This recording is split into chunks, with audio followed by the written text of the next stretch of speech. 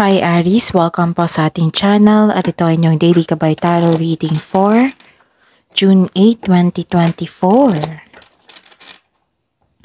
Please be reminded kung naka-resonate kayo, comment down. Kung hindi kayo naka-resonate, ibigay niyo po sa iba kasi general reading po ito.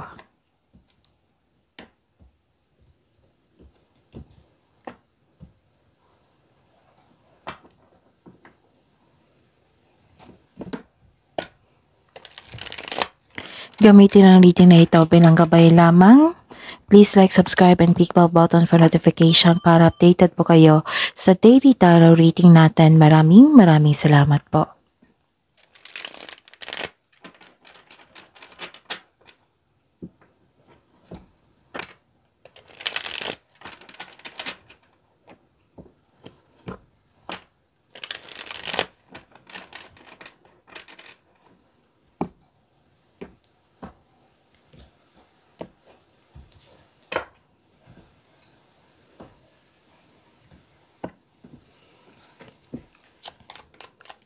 Spirits Guide, any 3 cards po ngayong June 8, 2024. Mga ganap po para kay Aries, June 8, 2024.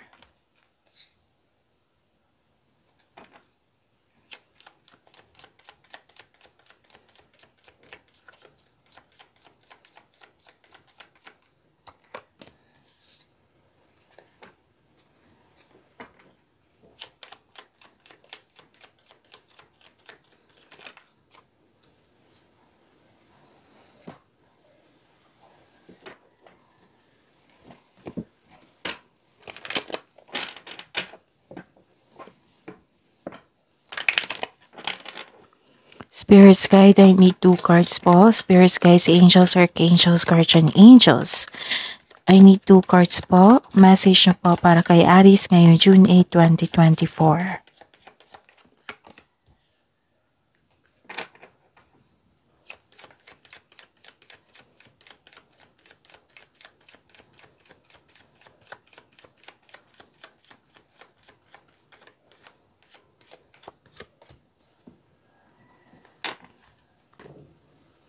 Okay. Aries, ngayong June 8, 2024. By the way, Aries, panoorin niyo po. So, this is June 8, 2024, right? Panoorin niyo po yung June 5, 6, 7, Daily Gabay Tarot reading niyo po. Kasi maaring may naulit po na mensahe, meaning to say, hindi kayo nakakonect, some of you hindi nakakonect, or some of you nakakonect pero in-ignore po ito kasi busy kayo. Oo. Kasi akala nyo maliit lang na problema, maliit lang na bagay. So, panoorin nyo po at alamin kung ano ang mensahe na para sa inyo. Baka kailangan po ng action dito, bigyan ng solusyon. Bigyan ng attention, huwag niyong i-ignore. Baka kasi akala natin maliit lang na problema, tapos in-ignore natin, yun pala ay lumaki. Oo, example yan ha. Tapos may nag-ask kayo ng divine assistance at binigyan kayo ng tulong. Tapos pinadaan dito sa inyong cards, tarot cards. Tapos, ayun, na kailangan yung bigyan ng action para masolusyonan na yung problema. Na kailangan yung ma-overcome ito. Kailangan yung malaman. Kasi may makukuha ka tayong bagong simula dyan. Learnings. Yan yung ibig sabihin yan. So, okay? So, Aries, meron din tayong June 2024 Monthly Gabay Tarot Reading. Dalawang video po yun. So, visit nyo po sa channel natin. Scroll down nyo lang po. Andun po yung separated video nyo po, Aries. Merong June 1 to 15. Merong June 1 to 30. Yung Monthly Gabay Tarot Reading. So, panoorin nyo po. Marami yun. I think 3 or 4. So, check nyo po. At sa mga suki ko dito, marami ako suki dito na Aries na humihingi sa akin ng Monthly Gabay Tarot Reading. Okay, so nais ko ipaalam sa inyo na open na po yung schedule natin for booking para sa inyong June 2024 Monthly Gabay Tarot Reading. Okay, so check nyo po. At saka sa mga dito,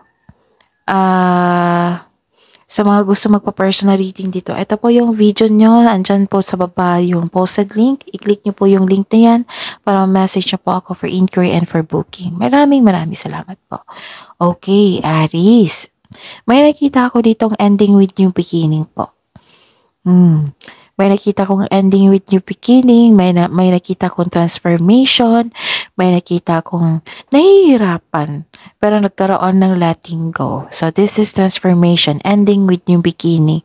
Yes, na-stress kayo, and na-stress kayo kasi may taong matigas ang ulo, ayaw makinig sa inyo or sobrang stricto.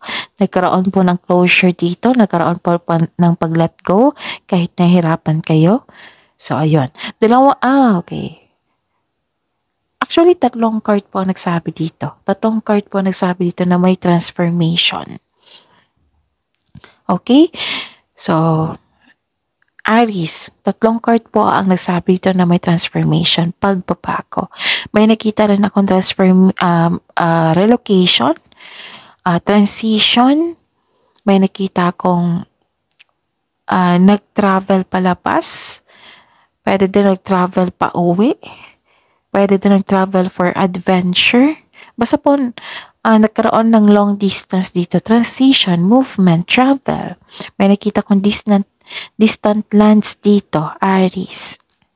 Tapos may nakita ko ditong change for the better. Diba? 3 card na po nagsabi dito na may pagbabago talaga. Kasi 3 cards na po nagsabi na may new beginning. So, this is change for the better. May nakita ko ditong buntis, kasal, pwedeng nanganak. May nakita rin akong improvement dito and promotion. Yes, makaka-receive kayo ng good news po. May pagbabago po talaga. May transformation. May movement. So, 3 card na po ha. Nagsabi na may movement dito, pagbabago sa inyo. So, ang message po para sa inyo is breathe. Sabi po ng Archangel Raphael, take several deep breaths and exhale slowly to awaken your energy and to release old patterns. Okay? So, inhale, exhale, release mo yung old patterns. These old patterns is yung paulit-ulit na lang ng pangyayari or nangyari na sa nakaraan. Okay? Yung nakatago mo pang bigat na nararamdaman. So, this is closure. This is the clarification of your card here. And, 4 na card po nagsabi dito na may transition talaga, pagbabago. Sabi po ni Archangel Chamuel dito, your life purpose is triggering a blessed career change. Wow! So, claim nyo yan, Aries.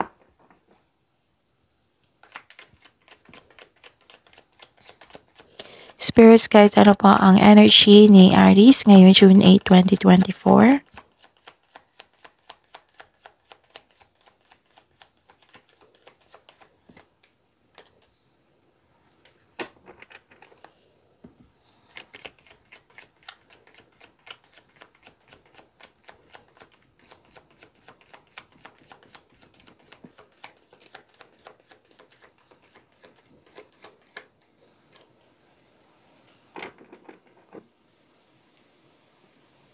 Okay, may nakita ko ditong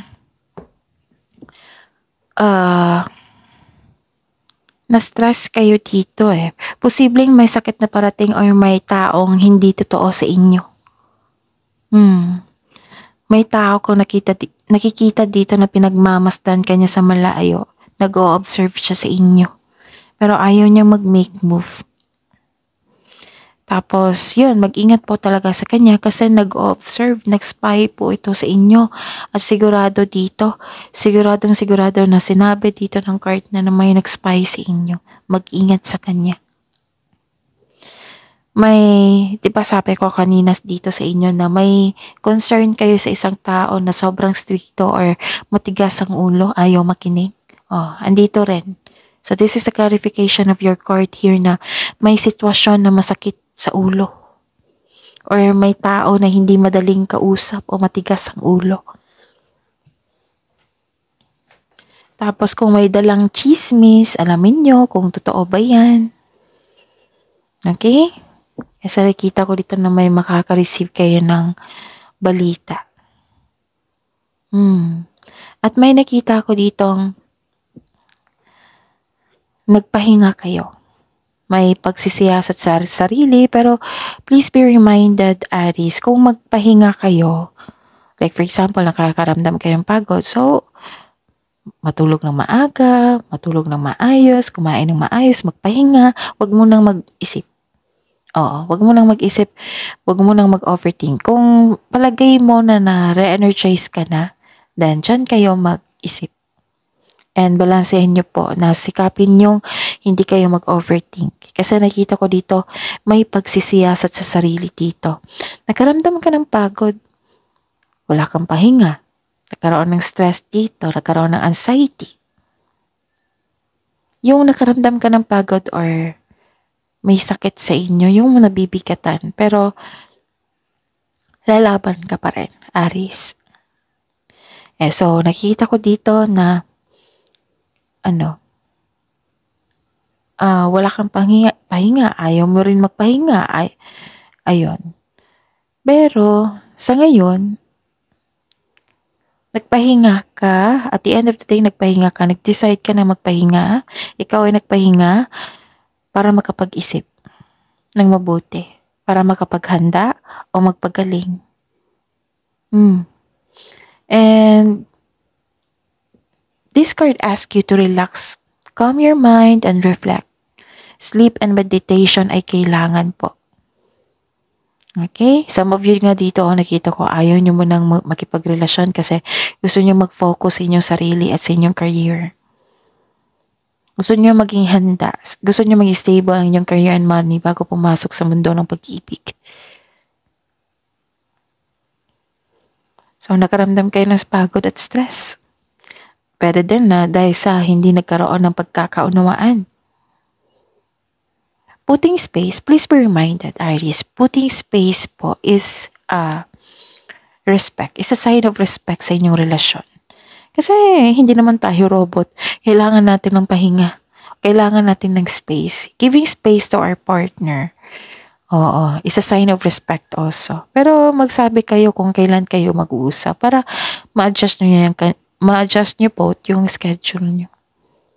Baka pagod lang kasi kayo Baka pagod kayo tapos yun na hindi kayo nagkaroon ng pagkakaunawan kasi pagod nga kayo, isa sa inyo. Nag-decide kayong mag-put space para makapag-isip ng mabuti. Gusto nyo magbakasyon dito, di ba sabi ko sa inyo kanina dito na may bakasyon. Some of you, lalo na sa mga trabahante dito, gusto nyo magbakasyon.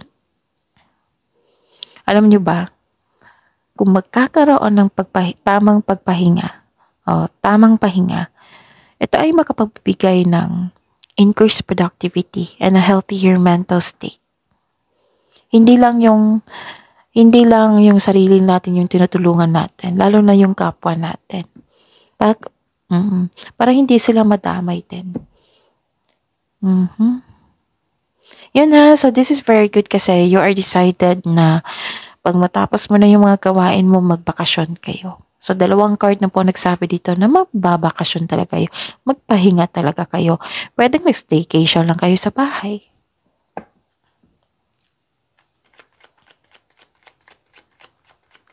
Spirit's Guide, Career and Money po ni Aries ngayong June 8, 2024.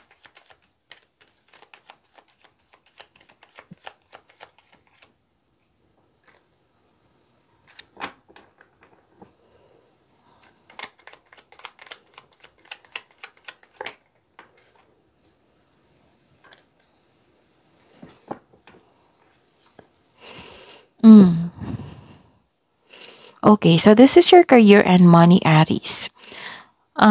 May nakita ko ditong malungkot ka dahil nakaramdam ka ng pagkawala or takot sa kakulangan. Ilang beses na lumabas po dito. 1, 2, 3, 4. 4 na card na po nagsabi dito na kayo ay stress po. Nakaramdam kayo ng pagkawala, takot sa kakulangan. Ang ilan sa inyo nagkakasakit na dahil sa stress. Maaaring ang ilan sa inyo nawalan ng trabaho or na-end of contract or nalampasan yung opportunity na makapagbago sana sa inyong buhay. Madalas ito nangyari, kailangan talaga na, sabi po dito, nag-isisisi kayo dito eh. Nakikita ko na para bang hindi kayo nag-iingat sa kaperahan, hindi kayo nag-iingat sa pagkastan, hindi kayo nag-iingat sa tao, ganon. Nagsisisi kayo dito. Pero sabi po ng card dito, na believe in yourself. Think positive na makabangon kayo ulit. And have faith na ang divine can lift you out of any period of loss. So, tingnan nyo tong message dito ni Archangel Raphael and Archangel Chamuel na take several deep breaths. I-release mo na yung old patterns na yan. Breathe in, breathe out. Free yourself. And don't worry, magkakaroon naman ng career transition. Blessed career change. Okay?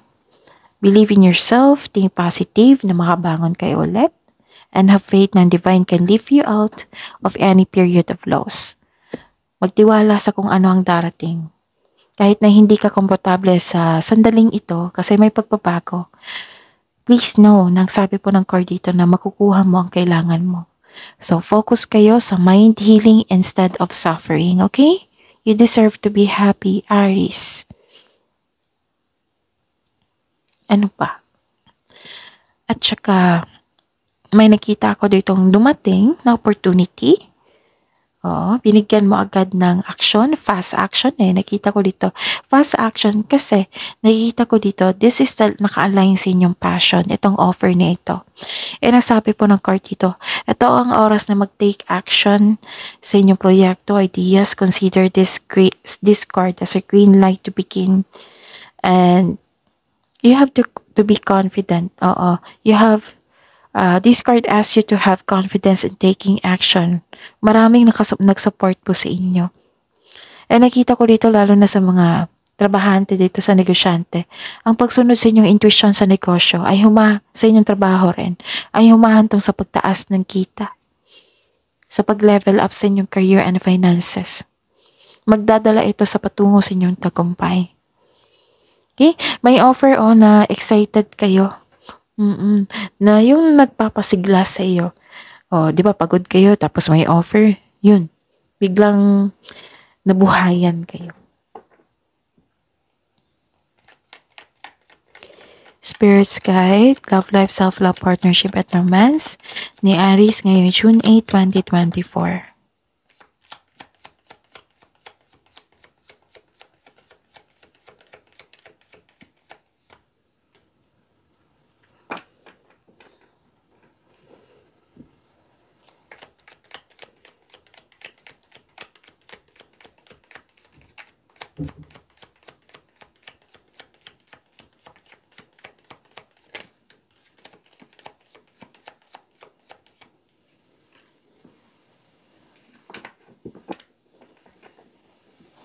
Okay. This is your love life, self-love, partnership, and romance. May nakita ko dito.